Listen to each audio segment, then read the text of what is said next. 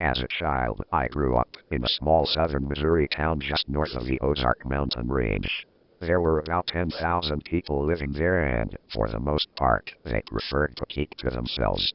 It was a weird mentality you never ran into often in the South. During the summer following my second year of elementary school, all of that would change. In this town, there was only one provider for television. It was an old cable provider known as Ozark Cable, which served southern Missouri and northern Arkansas. It only broadcasted 10 channels and, given that satellite wasn't available within 100 miles of my town, I had to make the best of it. In fact, the only children's programming available was Tom and Jerry reruns, which broadcasted out of Little Rock on Saturday mornings. Needless to say, my options for cartoons weren't particularly extraordinary.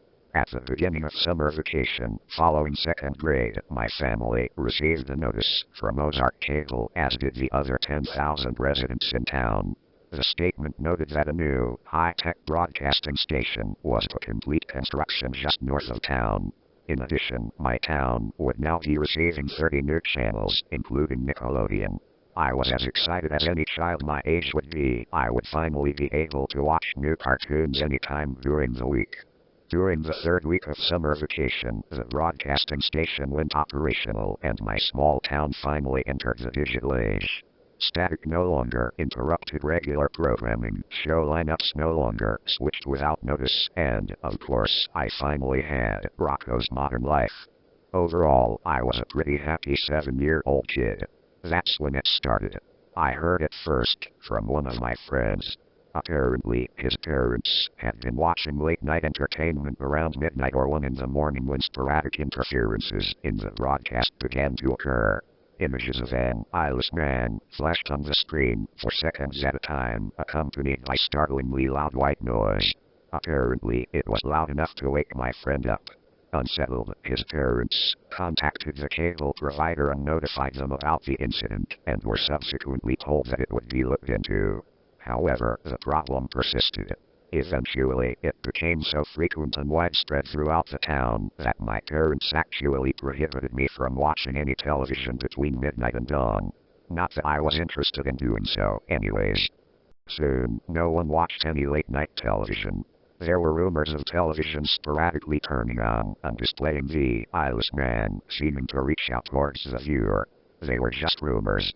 One Thursday morning, while my dad was at work, my mom needed to run into town and pick up a prescription from a local pharmacy. Normally I was forced to accompany her on her daily expeditions into town, but after begging to stay home to watch the new episode of Ren and Stimpy, she surrendered and left to run her errand. After sneaking a few cookies, I sat in front of the TV and waited for the episode to begin. The episode began as usual, with a catchy theme song and glimpses into the antics of the characters. Then, the picture went black. You can only imagine how enraged I was. I had been waiting all week for this new episode, only to have the channel go out. After parading around the TV room in a fit of childhood frustration, I sat in front of the television and I waited for the broadcast to resume. A brief spark of static appeared on the screen, and I sat in eager anticipation for the episode to resume. Images of decomposing and disemboweled bodies filled the screen, accompanied by ear-piercing screams that filled the house. I immediately ran out of the TV room, but not before looking back at the television. A man with bloodied holes for eyes seemed to approach the screen with his livid, decaying arm reaching out. I hid under the dining room table and began to sob hysterically. In my fit-out nauseated terror, I vomited onto the floor. When my mother came home, she seemed to jump back at the noises that consumed the house and immediately dropped her bags and pulled me out from under the table. I was hysterical and my face was pale with fear. Before I could answer my mother about what was going on, she entered the TV room.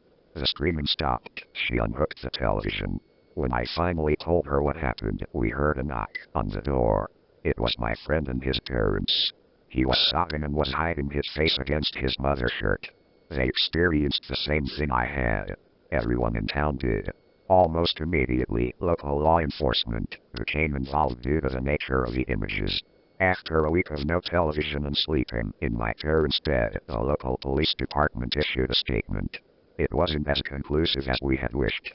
About 5 months before the original notice in regards to the new broadcasting center, Ozark Cable bought a piece of land that belonged to a long-abandoned sanitarium and on-site burial ground.